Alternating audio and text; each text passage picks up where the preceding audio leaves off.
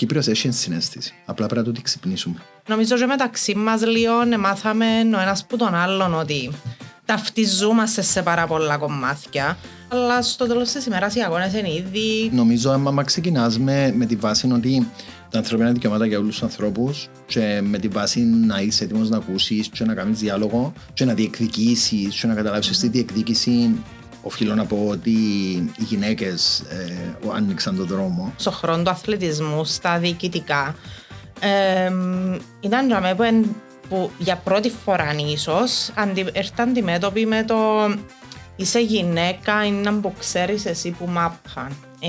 Είσαι μητσά, σιγά να μην έχεις τις εμπειρίες τις δικές μας. Η εμφυλιβία και οι ομοφοβικές επιθέσεις, οι τρανσφοβικές επιθέσεις πάρα πολλά κοντά.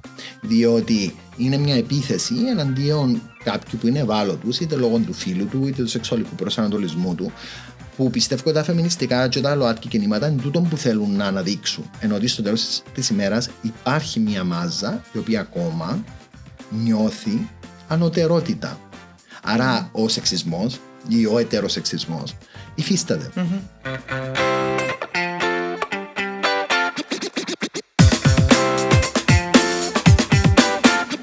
Κάποια στιγμή είχαμε ρωτήσει οι φίλες μου τύπου εφάσε, ας πούμε, ξέρω εγώ, και ήμουν κάπως, να σας πω κάτι, ότι και να βρουν είμαι ok με τούτο, γιατί είμαι περήφανη για τις επιλογές μου. Κακές, καλές.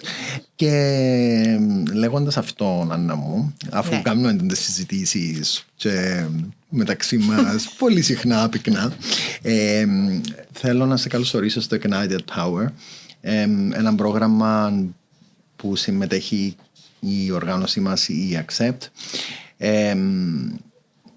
Μέσα στα πλαίσια του προγράμματος θα κάνουμε podcast και νομίζω είναι ωραίο να συζητήσουμε τις κοινές ρίζες που το φεμινισμό στη ΛΟΑΤΚΙ απελευθέρωση. Γιατί πιστεύω πραγματικά ότι υπάρχουν πολλά κοινά και νομίζω και που τις συζητήσεις μεταξύ μας είδαμε το και από τις δράσεις μας και από την προσωπική μας ζωή. Πρώτα απ' όλα να πω ότι η καλεσμένη μας είναι η κυρία Anna Kyprianou. Δράκει εδώ και χρόνια στα θέματα που αφορούν την ισότητα, είτε μέσα από τον BPW και ως τμήματάρχης, πρόεδρος του Τμήματος Ισότητας και Ανθρωπίνων Δικαιωμάτων, επικεφαλής της Δημοκρατικής Παράταξης. Που ήταν και νομίζω η αρχική μας συνάντηση ήταν λόγω ακριβώς του ρόλου σου για μένα. Ναι. Βασικά ξέρω ότι έχεις και θεωρητική γνώση και ξέρω ότι έχεις και εμπειρία σε πάρα πολλά πράγματα και νομίζω ότι σημαντικό για εμένα προσωπικά και νιώθω πάρα πολλά ευγνώμων που εδέχτηκες να κάνουμε το πράγμα, αλλά και για την οργάνωση και για την κοινωνία, γιατί εν κοινοί αγώνες, εν κοινές οι δράσεις, εν διαθεματικών, και αν δεν το δούμε ότι οι ρίζες είτε του φεμινιστικού κινήματος, είτε του ΛΟΑΤΚΙ κινήματος ή ακόμα και των οικολογικών κινημάτων είναι οι ίδιες, νομίζω θα μπορέσουμε να προχωρήσουμε και να καταλήξουμε στο επιθυμητό αποτέλεσμα που φαντάζομαι είναι η ισονομία, ο κάθε άνθρωπος είναι independent κτλ. Εγώ με την δράση μου, ας πούμε, προσπαθώ να προσεγγίσω θεωρητικά, αλλά πάντα να βάλω και λίγο την προσωπική μου εμπειρία. Γιατί πιστεύω ότι ζούμε σε μια Κύπρο που ο Κύπριος έχει συναίσθηση. Απλά πρέπει να το ξυπνήσουμε. Ναι, πρέπει ίσως τη θεωρία που λυφκένουμε και λέμε όλα τα ωραία που πρέπει να γίνουν και όλα αυτά, όταν τα βάλουμε και λίγο έτσι πιο εμπειρικά και δείξουμε το άλλο ότι ξέρεις κάποια πράγματα που ζεις στην καθημερινότητα σου εν τούτα, ας πούμε, που να έρχομαστε και λέμε με τη θεωρία και τούτα διεκδικούμε ουσιαστικά με τα θεωρητικά κομμάτια. Εν τζάμε που φέρνει και τον άλλο λίγο σε μια θέση να σου πει ναι, ζήσα το και εγώ γίνω, να ταυτιστεί λίγο. Ναι. Να πει ότι, εντάξει, γιατί νομίζω και μεταξύ μας λίγο μάθαμε ο ένας που τον άλλον ότι ταυτιζόμαστε σε πάρα πολλά κομμάτια, που διαφορετικές οπτικές, αλλά στο τέλος της ημέρας οι αγώνες είναι ήδη και... Ναι, οι σκέψεις είναι ίδιες και η βάση, νομίζω, άμα ξεκινάς με τη βάση ότι τα ανθρώπινα δικαιώματα για όλους τους ανθρώπους και με τη βάση να είσαι έτοιμος να ακούσεις και να κάνεις διάλογο και να διεκδικήσεις και να καταλάβεις στη διεκδίκηση οφείλω να πω ότι οι γυναίκες άνοιξαν τον δρόμο. Διαβάζοντας, ας πούμε, πως είχε ξεκινήσει η πρώτη φορά το Stonewall το 1969 στη Νέα Υόρκη, κατανόησα ότι ήταν αποτέλεσμα των φεμινιστικών και εργατικών κινημάτων, αλλά κυρίως των φεμινιστικών κινημάτων που έγιναν μεταξύ του 60 και του 70. Ποια ήταν η δική σου εμπειρία, ενώ πώς εμπλεχτήκες, πώς βλέπεις την ιδέα του φεμινιστικού κινήματος σήμερα? Ναι. Νομίζω, αν πάω λίγο πίσω στον χρόνο, θυμάμαι που πάντα να σκέφτομαι λίγο και γραμματικά και συντακτικά στο σχολείο, να σπέντει που γιατί το τους, γιατί να μεν εντύς, γιατί να είχα τούντες ανησυχίες που πάντα, ότι όλοι οι άνθρωποι είμαστε ίδιοι και δεν έχει σημασία ούτε αν εμένα αρέσκει μου το ποδόσφαιρο και σε έναν τον μπάσκετ ή σε έναν χορός και εμένα ξέρω εγώ κάτι άλλο, regardless του φίλου, γιατί πάντα ήμουν λίγο και με σετούν τα κομμάτια. Ενοχλούσε με αρκετά και ο όρος αγοροκόριτσο, ας πούμε, τα πράγματα. Ήμουν κάπως, εντάξει παιδιά, απλά αρέσκει μου κάτι που να αρέσκει στην πλειοψηφία των κοριτσιών της ηλικίας μου, it's okay. Ή στα αγόρια που έβλεπα μπορούσε να πάρει να πιάσει μια κούκλα και ήταν κάπως να παίξεις με σκούκλες. Εντάξει, οκ. Ναι, το στερεότυπο, ας πούμε, του τι είναι ανδρικό πρότυπο και τι είναι γυναικείο. Ναι, οπότε πάντα είχα λίγο πολλά, έτσι, θεωρούν τα λίγο περίεργα τα πράγματα και ξυπνούσαν μου ανησυχίες, μέχρι και που εμπλάκηκα έτσι παραπάνω στον χρόνο του αθλητισμού, στα διοικητικά. Ήταν για μένα που για πρώτη φορά ίσως ήρθα αντιμέτωπη με το είσαι γυναίκα, είναι που ξέρεις εσύ που μάπαν. Είσαι μητσά, σιγά να μην έχεις τις εμπειρίες τις δικές μας. Και εγώ επειδή σπούδασα το πράγμα, ήμουν πολλά passionate about it. So πήγαινα και λέω τους παιδιά, εντάξει, ξέρω κάποια πράγματα, θέλετε να τα βάλουμε λίγο κάτω, να τα δούμε. Ξέρεις, ήταν όλοι πιο μεγάλη ηλικιακά που μέναν, είχαν πιο πολλές εμπειρίες σε τον χώρο, εγώ έμπαιρνα σαν νέο αίμα, ας πούμε, μέσα. Και μετά ναι, πρέπει να αποδείξω τον εαυτό μου για να με αποδεχτούν όλοι και να πούν ότι αν έρθετε εδώ για να μας βοηθήσει να εξελίξουμε το πράγμα και βοηθητικός ο ρόλος της. Άρα δεν έχει σημασία ότι είναι γυναίκα ή ότι είναι μικρή. Σημασία έχει ότι εδάμε και βοηθά μας. Είναι πολύ ενδιαφέρον γιατί θίγεις βασικά πιο χαρακτηριστικά την ηλικία και το φύλο. Και μπορώ πάρα πολλά να ταυτιστώ γιατί τουλάχιστον όσον αφορά το σεξουαλικό προσανατολισμό μου, πάντα ένιωθα ότι έπρεπε να αποδείξω κάτι παραπάνω. Μεγάλωσα και ήταν ποινικό αδίκημα. Μετά έμπαινες κάπου και όλοι μιλούσαν, ας πούμε, για το πότε να παντρευτούν, για ποια είναι κόμενα, με ποιο φκαίνουν, πότε να κάνουν μωρά. Ναι. Και μπαίνεις σε μια κοινωνία, ας πούμε, που είναι καθαρά χτισμένη πάνω στα ετεροφιλόφιλα ζευγάρια. Άρα πάντα έπρεπε να αποδείξω ότι ναι, δεν έχει σημασία ότι είμαι γκέι, έχει σημασία ότι είμαι πολλά καλό στη δουλειά μου κάνω. Ήρθα να φέρω την εμπειρογνωμοσύνη μου γιατί σπούδασα και αν σπούδασα, εθιάβασα, οπότε δώστε μου το χώρο και το χρόνο, αλλά διεκδίκησα τον. Και διεκδίκησα και το χώρο και το χρόνο. Και ακούτε μου ότι είναι κάτι που έκαμες και εσύ. Νομίζω πως η διεκδίκηση είναι κάτι το οποίο όλοι οι άνθρωποι στο τέλος της ημέρας, που όπου και αν προέρχονται, ό,τι και να είναι, όπως και να είναι. Δηλαδή βλέπουμε το πολλά και σε μετανάστες και βλέπουμε ότι όσα άτομα διεκδικούν κοινά που δικαιούνται ή τουλάχιστον διεκδικούν την ισότητα, την ισονομία, κοινά τα άτομα τα οποία φκαινούν μπροστά και μιλούν. Δηλαδή να πούν, να δυσανασχετήσουν με κάτι, να πούν όχι, γιατί εγώ να κάνω τούτο, γιατί εγώ πρέπει να σιωπήσω, ας πούμε, γιατί πρέπει εγώ να κάνω μωρά και είναι ok να μην κάνω. Σαν την ενδυνάμωση βασικά, σαν να λέμε ότι την ώρα που συνειδητοποιείς ότι δεν είσαι η πλειονότητα, ίσως αντί τραύμα χρησιμοποιάς το σαν τη δύναμη σου, τη μοναδικότητα που έχεις σε σχέση με την υπόλοιπη και ταυτόχρονα εντάξει να μην πούμε ότι έναν πεδίο, ένα level. Βασικά είναι multi-layered, διότι ναι, να πάει ως γυναίκα σε 50 άντρες που παίζουν μάπα, αλλά να μην έχεις ιδέα, σίγουρα είναι ωραίο να διεκδικήσεις, αλλά πρέπει να λάβουμε την υπόψη και τη γνώση. Το να κατεβείς όμως και να πρέπει να έχεις την ίδια γνώση, την ίδια εμπειρία, αλλά να μέσα σε δέχονται, εντιαμέ που έρχεται ακριβώς νομίζω και η κοινή ρίζα που βλέπουμε στην ιδέα του αν ασχοληθούμε με τα ΛΟΑΤΚΙ άτομα, το σεξουαλικό προσανατολισμό ταυτότητα φύλου, είτε με το φεμινιστικό όσον αφορά το ταυτότητα φύλου ή γενικά το βιολογικό φύλο. Εντζαμέ που πιστεύω ότι έρχονται οι συνέργειες που πρέπει να έρθουν μεταξύ των δύο κινημάτων και η διατομεακότητα, η διαθεματικότητα. Τελευταία είπαμε ότι είναι διαθεματικότητα στα ελληνικά, όχι διατομεακότητα. Αρέσκει μου όμως η λέξη διατομεακότητα επειδή κάνει τη λέξη τομέας.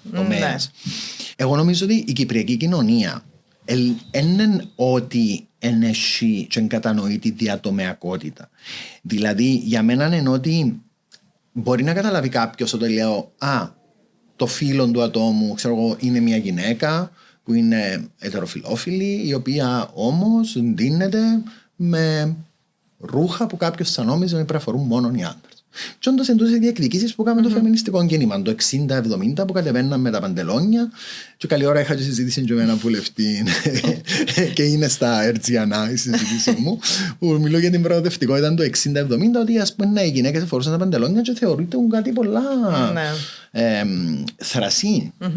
Ενώ όπως ας πούμε που την πλευρά των ΛΟΑΤΚΙ ατόμων το ίδιο θέμα είναι ότι η χρήση ας πούμε των μανικιούρ, του βαψίματος που στη δική μας κοινωνία θεωρείται, ή το σκουλαρίκι. Θα ξεχάσω όταν ήμουν 15 χρονών, δεν μπορείς να βάλεις σκουλαρίκι στο δεξί. Στο δεξί ήσουν γκέι. Ναι, τότε θυμούμαι ότι πάντα όποιος έφερε σκουλαρίκι ήταν το θέμα της ημέρας τύπου σε ποιο αυτήν το έβαλε. Γιατί που την άλλη πλευρά και για τις κοπέλες, άμα φορούν, νομίζω ήταν δαχτυλίδι στο βραχείο, κάτι τέτοιο, ήταν σαν λες και τα statements σου δεν μπορούσες εσύ να βάλεις γιατί ήταν να σε καθορίσουν κάπως, ενώ ένισουν κάτι άλλο. Ενώ λίγο έτσι, εντάξει, είχαμε τα στερεότυπα μεγαλώνοντας, αλλά στο τέλος της ημέρας θεωρώ ότι φτάσαμε και σε έναν πολύ καλό σημείο που πάρα πολλοί συμπολίτες μας τουλάχιστον σταματήσαν να τα βλέπουν τούτα και βλέπω τα σε πιο μικρές γενιές. Okay. Και τούτο νομίζω ήρθε από τις διεκδικήσεις των κινημάτων των ιδίων, δηλαδή και το φεμινιστικό κίνημα και το πρώτο και το δεύτερο κίνημα, αλλά και τα queer κινήματα. Νομίζω ότι είναι που εσπάσαν τούτα τα κοινωνικά στερεότυπα, ήταν gender stereotype ή το gender identity που συζητήσαμε και πολλά πρόσφατα στη Βουλή. Νομίζω ότι παίρνοντας το και θεωρητικά και πρακτικά, δηλαδή το γεγονός ότι αναφέρεις τη μάμα σου, είναι πολύ ενδιαφέρον γιατί γνώρισα την εχθές πολύ καλύτερα από την πρώτη φορά. Φάνηκε μου ένας άνθρωπος ο οποίος είχε στην αρχή τον ενδιασμό να ακούσει τις συζητήσεις μας, αλλά ήταν τζαμέ, she was there και μάλιστα πάρα πολύ ανοιχτή πλέον στο να ότι είναι συνήθες, ναι. Ο Στέφανος είναι ένα γκέι παιδί, το οποίο είναι φίλος της Άννας και είναι απλά. Και στην ACCEPT, και συζητούμε, και γελούμε, και μπορούμε να είναι τάρα. Μετάφτισε απευθείας με το σεξουαλικό προσανατολισμό μου. Μετάφτισε με και είδε την ολότητα μου ως άνθρωπος σε όλα τα level. Και νομίζω ότι τούτο είναι κάτι που πετύχες εσύ, ίσως φαντάζομαι εσωτερικά, είναι και ο χαρακτήρας της, ίσως. Δεν ξέρω. Ναι, κοίτα, καθ' όλα τα χρόνια της ζωής μου θυμούμαι με τουλάχιστον τη μαμά μου πάντα να μου λέει ότι ξέρεις, θέλω να είμαστε φίλες, θέλω να τα συζητούμε τα πράγματα, ας πούμε. Εγώ εννοείται ότι πάντα ξέρεις, με τη μάμα σου έχεις μια άλλη σχέση, δηλαδή είναι η μάμα, είσαι το μωρό, λίγο νόπα. Αλλά πάντα η μαμά μου ήταν λίγο πιο έτοιμη στο να συζητήσει πράγματα, εννοείται ότι ήταν πολλά πιο δύσκολο να δεχτεί νέες καταστάσεις. Όπως νομίζω οι περισσότεροι της ηλικίας της είναι έτσι. Δηλαδή δεν μιλούμε για μια μαμά τώρα που ξαφνικά δούλεψε με τον εαυτό της, όπως νομίζω ότι πρέπει να κάνουν και όλοι οι άνθρωποι. Δηλαδή όσο πιο πολλά δουλεύεις με τον εαυτό σου, τόσο πιο πολλά ανακαλύφεις πράγματα και αντιλαμβάνεσαι και ότι ο άλλος άνθρωπος είναι απλά ένας άλλος άνθρωπος, χωρίς να κρίνεις, ας πούμε. Τούτο είναι πολύ ωραίο. Τούτο δηλαδή βασικά έρχεσαι στη μονάδα. Τι μπορεί να κάνει κάθε μονάδα, είτε βλέπεις το από μια φεμινιστική πλευρά, είτε από την πλευρά των queer κινημάτων και των ΛΟΑΤΚΙ δικαιωμάτων, είτε ξαναλέω το θέμα της οικολογίας ή τον ΑΜΕΑ και γενικά. Αλλά όταν έρθει στο σύνολο, π.χ. ας πούμε, όταν είσαι στην PPW για παράδειγμα, που είναι ένας οργανισμός που ασχολείστε κυρίως με τα γυναικεία δικαιώματα, ή όταν είμαι εγώ στην ACCEPT, ας πούμε πώς πάμε από τον μικρό κόσμο στο μακρό κόσμο και πώς... Κοιτάξτε, στο τέλος της ημέρας εγώ θεωρώ ότι όλοι αγωνιζόμαστε για να έχουμε κάποια δικαιώματα τα οποία απολαμβάνουν και κάποιοι άλλοι άνθρωποι. Στην PPW για παράδειγμα, ερχόμαστε να κάνουμε παραπάνω για το τομέα των επιχειρήσεων. Δηλαδή εργασιακά, να έχει στα ίδια δικαιώματα μια γυναίκα με έναν άντρα, γιατί βλέπουμε κιόλας ότι υπάρχουν και τεράστιες ανισότητες. Και all over the years, ναι, προχωρήσαμε, αλλά πάλι υπάρχουν. Τώρα ξεκίνησε να μπαίνει στη συζήτηση και το κομμάτι των ΛΟΑΤΚΙ ατόμων. Γιατί ας πούμε έναν άτομο ΛΟΑΤΚΙ περιθωριοποιείται στον χώρο εργασίας του. Οπότε αν τζάμε η BPW να έρθει να πει διεκδικώ δικαιώματα για τις γυναίκες, αλλά sorry, περιθωριοποιείς και μια άλλη ομάδα ατόμων που εμένα στο τέλος της ημέρας τι θα ήθελα ουσιαστικά να υπάρχει. Ισότητα για όλους τους ανθρώπους. Δηλαδή δεν έρχονται οι γυναίκες να διεκδικήσουν κάτι παραπάνω. Έρχονται να διεκδικήσουν το δικαίωμα που τους ανήκει. Όπως και τα ΛΟΑΤΚΙ άτομα. Τούτο είναι πολύ όμορφο που λέει. Θυμίζει μου μάλιστα μια πρόταση που είχα ακούσει από έναν πολιτικό.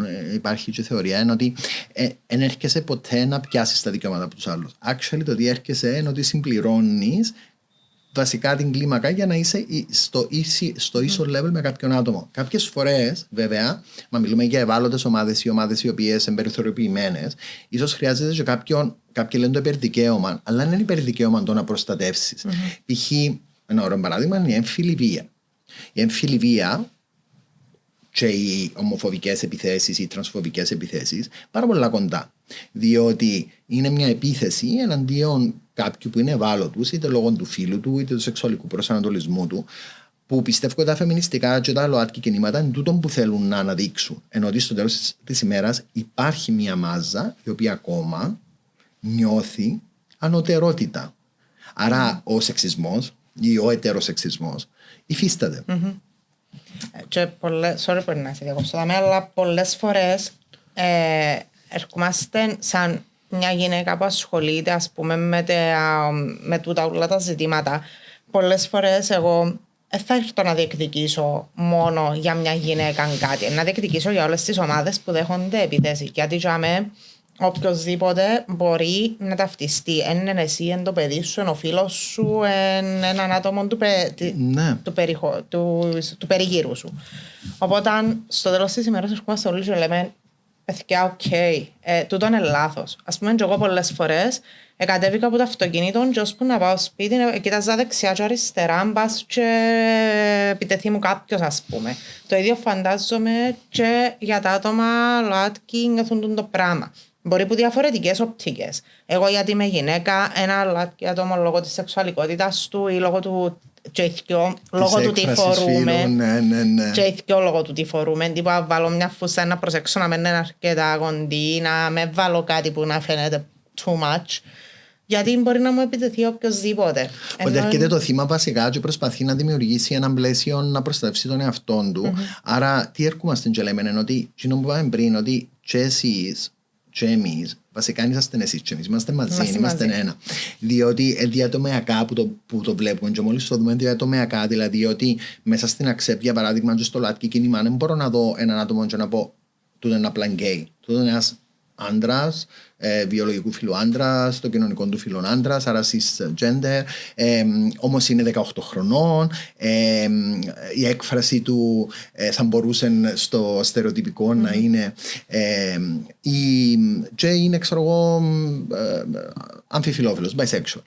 Είναι όμως μισός Φιλιππινέζος, μισός Κυπραίος. Άρα μπαίνει και η φυλή μέσα. Ξέρω εγώ και η θρησκεία του είναι Ινδουιστής.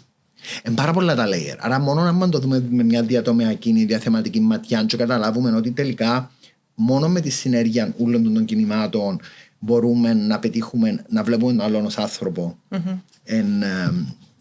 Θα πετύχουμε. Στην πράξη τι μπορούμε να κάνουμε για να το πετύχουμε. Διότι ας πούμε εμένα άρεσε μου πάρα πολλά όταν ήρθα στο συνέδριο σας της BPW και γνώρισα αρκετές που τις συμμετέχοντες και κατανοήσα πάρα πολλά ότι μετά από εκείνον είχα κάνει και ένα podcast, είχα κάνει και κάτι στο Cyprus Forum που συνδέαν ακριβώς το φεμινισμό, τις θέσεις ας πούμε του gender, και βλέπεις ότι τελικά είναι ίδιος ο τρόπος σκέψης, τελικά είναι ίδιο το αντικείμενο μας και το που θέλουμε να καταλήξουμε. Ένιωσα εδώ και μου να πιστέψω. Μ' αρέσει και η λέξη ελπίδα. Η ελπίδα έχει πάντα κάτι που μπορεί και να με γίνει. Ενώ η πίστη, ας πούμε, εδώ και μου να πιστέψω ότι τούτα ούλα που ακούμε, που την περίοδο που ζούμε, που έχει έτσι μια άνοδο ακραίων στοιχείων και ακραίων θέσεων, ότι ίσως τελικά εκείνον είναι η πραγματική αλήθεια. Είναι απλά ένα αφήγημα, μια φωνή πολλά δυνατή και είμαστε παραπάνω. Ναι. Νομίζω που είχες έρθει κιόλας, αν θυμούμαι καλά, εδόθηκε σου και έτσι αρκετές φορές η δυνατότητα να μιλήσεις, να πεις και εσύ τη δική σου οπτική, να ακουστεί και η δική σου φωνή. Που εν κάτι, και όσες φορές ήρθα και εγώ σε δικά σας events, πάλι το ίδιο πράγμα. Δηλαδή, όσο πιο συχνά έρχομαι στα events σας, τόσο πιο πολλά έμαθαινα τι είναι η ACCEPT, τι πρεσβεύει, τι προσπαθεί να διεκδικήσει. Και γίνομαι και εγώ ουσιαστικά μετά μια φωνή έξτρα, που όταν πήγαινα να διεκδικήσω κάτι, ας πούμε, για τις γυναίκες, αυτόματα θυμόμουν και εκείνη την εμπειρία που είχα από κάπου που συμμετείχα μαζί σας, και έλεγα, οκ, γιατί να μην πεις και για τον τρόπο που σου δόθηκε η ευκαιρία. Οπότε αν είμαστε λίγο πολλά, νομίζω τούτο είναι μια πάρα πολλά καλή πρακτική. Όντως, και actually οι κοινές δράσεις, νομίζω και στο φετινό το Pride, το γεγονός ότι είχαν πλειάδα ατόμων ανεξαρτήτως χαρακτηριστικών και ηλικιών και φυλής, που το μόνο που λέμε ήταν η αγάπη και ότι κανεί, ας πούμε, το μίσος και η μυσαλλοδοξία, ενώ σε πολλοί κόσμο, και είτε γίνεται σε μια μεγάλη έκταση όπως σε μια πορεία που κακά τα ψέματα, έχει πολλούς που πάνε ενάντια στην πορεία υπερηφάνειας επειδή είναι απλά ακούν το ως μια ιδέα, αλλά έζησες το, είδες το πως είναι, και ότι εν μια πορεία που ενώνει τους ανθρώπους, όχι για να διεκδικήσουμε μόνο τα δικαιώματα μας, αλλά σαν αφορμή διεκδικήσει τα δικαιώματα ακριβώς όπως είπαμε σε έναν διατομεακό τρόπο. Θυμούμε είχε άτομα που ήρθαν που εγκοφεί, άτομα που του σύνδεσμου ΔΕΠΗ, άτομα που υποστηρίζαν το Παλαιστινιακό, άτομα τα οποία ανήκαν στην αριστερά, άτομα που ανήκαν στη δεξιά, άτομα του κέντρου, άλλων ομάδων. Δηλαδή ήταν μια υπέροχη πορεία και ένδειξη δύναμης της συνέργειας, και τούτον λόγω χτίστηκε, πιστεύω ότι όπως είπαμε στον μικρό κόσμο, εγώ και εσύ, ο Δημήτρης, ξέρω εγώ, άλλες οργανώσεις και κόμματα που συζητούμε, άλλα NGOs που μας υποστηρίζουν, οι τουρκόφωνοι Κύπροι, πρέπει να τους ξεχάνουμε ότι είναι και μια μεγάλη ομάδα, ας πούμε, που έρχεται κοντά μας, παρόλες τις αντιξότητες που αντιμετωπίζουν, ας πούμε. Είναι και πολλά πιο δύσκολο για εκείνους. Πολλά πιο δύσκολο. Έχουν παραπάνω εμπόδια να ξεπεράσουν για να καταφέρουν να βρίσκονται να δείξουν ποιοι είναι, να φανερωθεί και το πρόσωπό τους και το τι πρεσβεύουν. Και στο φεμινιστικό κομμάτι, ναι, και στο ΛΟΑΤΚΙ κομμάτι, διότι με την άνοδο, ας πούμε, ίσως της τουρκικής επιρροής, ας πούμε, είδαμε ότι αρχίσαν να επιβάλλουν κάποιες συνήθειες που είναι συνηθισμένοι οι τουρκόφωνοι Κύπροι. Άρα και κατ' επέκταση και τα δικαιώματα των ΛΟΑΤΚΙ μειώνονται. Άρα είναι αλληλένδετα. Και ο κόσμος σημαντικό να το κατανοήσει ότι και εγώ, εκπροσωπώντας την ACCEPT, χρησιμοποιώ το θέμα του σεξουαλικού προσανατολισμού, ταυτότητας φύλου ως παράδειγμα για την ανάγκη συνέργειας ανθρώπων σαν εμάς, και εσύ το θέμα του φύλου και του φεμινισμού, χωρίς να πηγαίνουμε σε ακρότητες. Θέλω να πω δάμε κάτι πολύ σημαντικό. Εν πρέπει να μην δούμε και τα δικά μας λάθη.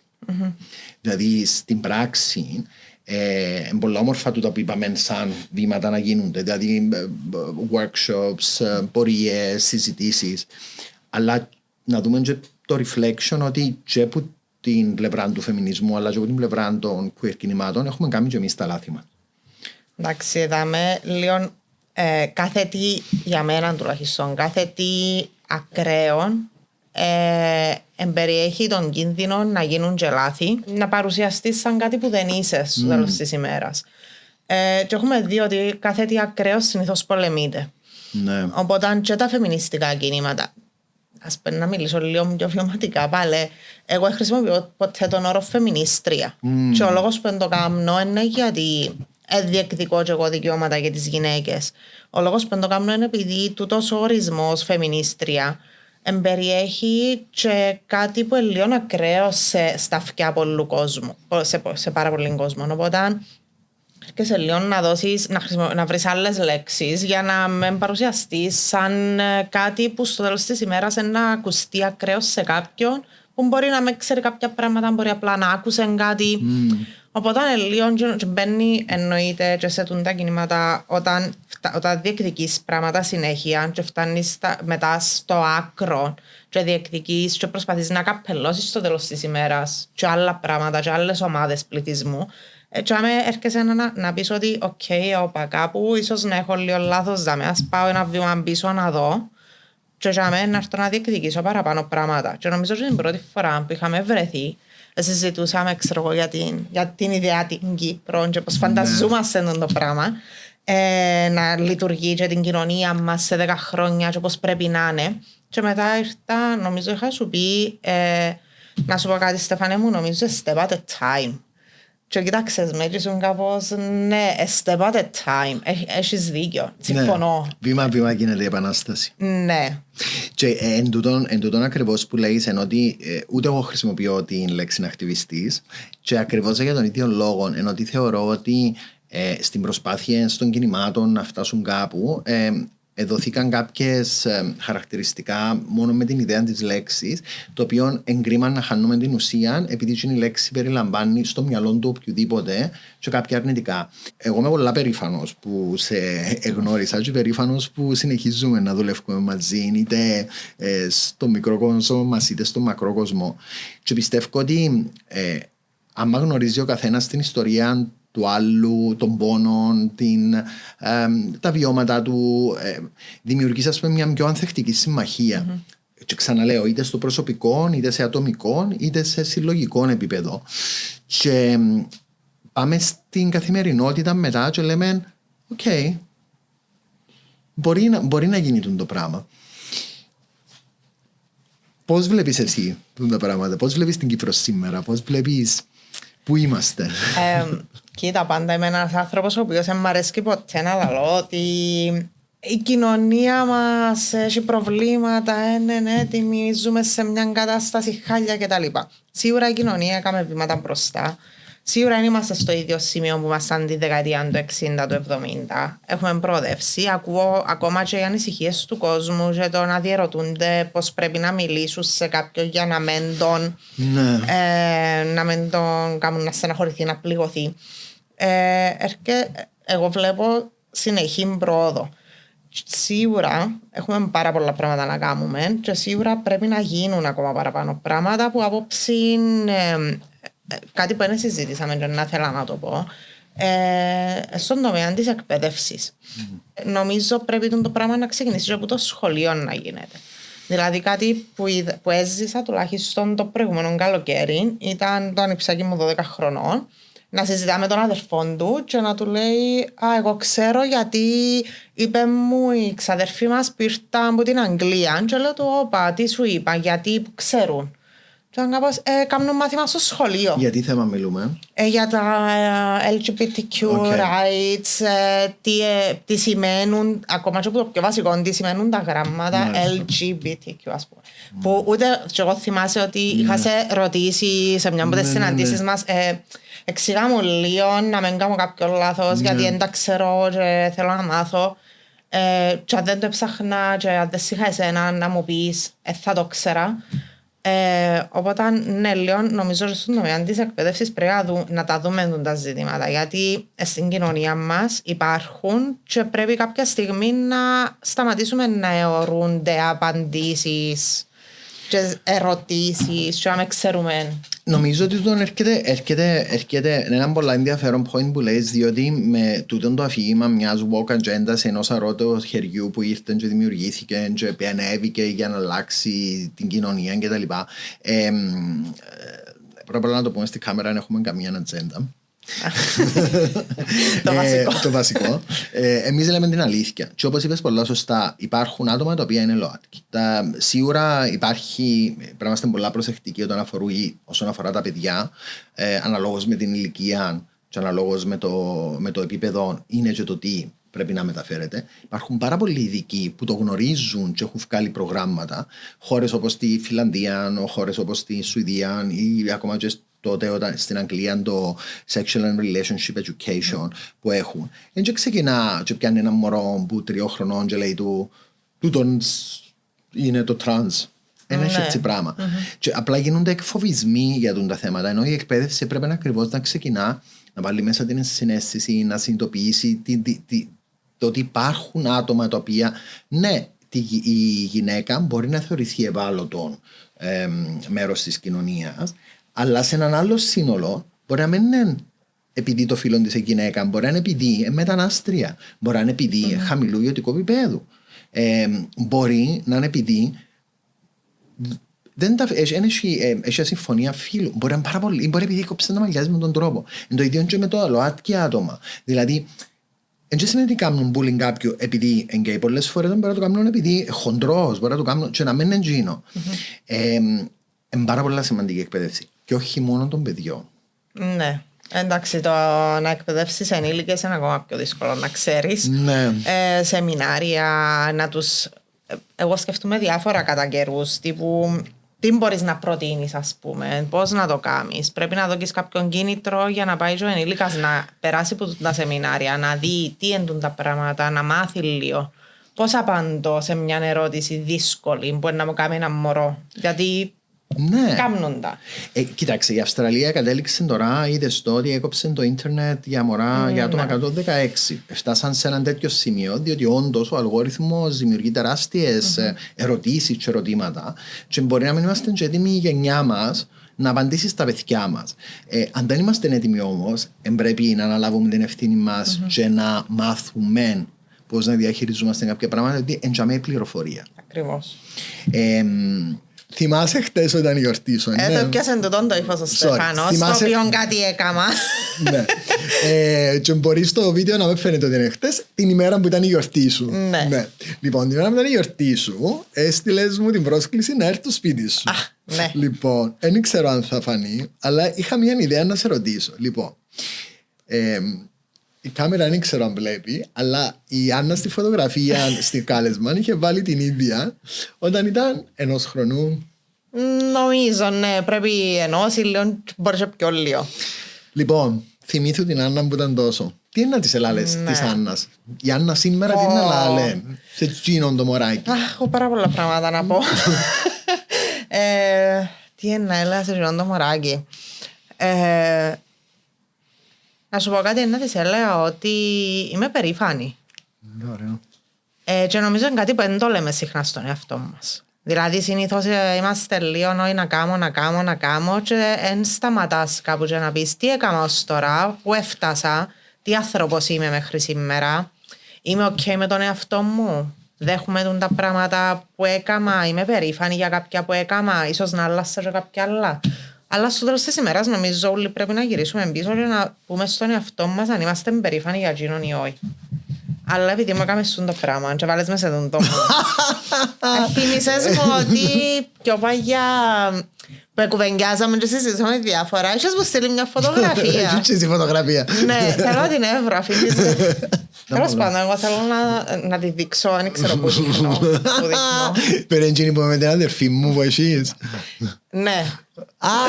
Μόνο μου το. Τι είναι να του έλεγες? Δεν μου να το έλεγαν μπράβο σου. Μπράβο σου, ό,τι και να περάσεις, ό,τι και να έκαμες, είσαι δαμέ που είσαι.